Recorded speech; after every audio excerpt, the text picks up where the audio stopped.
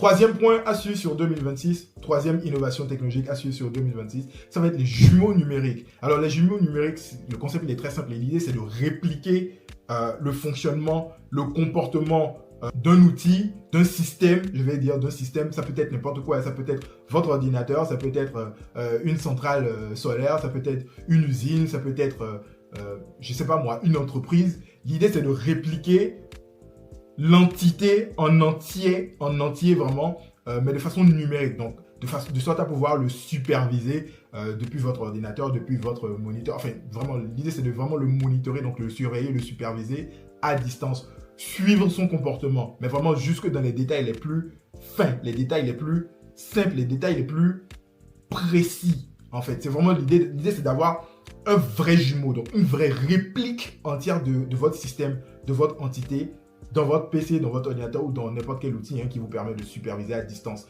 Donc, ça, ce sont des systèmes qui fonctionnent avec de nombreux capteurs, voilà, pour être sûr de bien avoir tout en temps réel, donc la température, je sais pas moi, l'hydrométrie, que ça soit, je sais pas moi, les mouvements, les forces en jeu.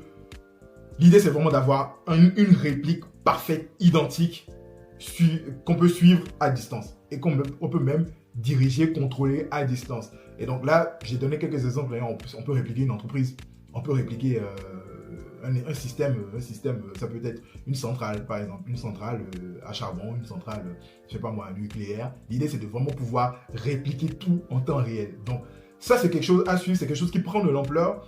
Moi, j'ai des amis qui travaillaient chez Siemens, par exemple. Siemens qui, voilà, qui travaille quand même beaucoup sur des jumeaux numériques. Il y a beaucoup d'entreprises. Donc, on aura le temps de suivre ces innovations-là, de les questionner, de vulgariser, d'approfondir le sujet et de vraiment aller dans les détails et comprendre un peu ce qui s'y fait et comprendre ce qu'il y a à attendre en fait de ce secteur-là. Comment est-ce que ça peut nous impacter, nous, dans notre vie de maintenant.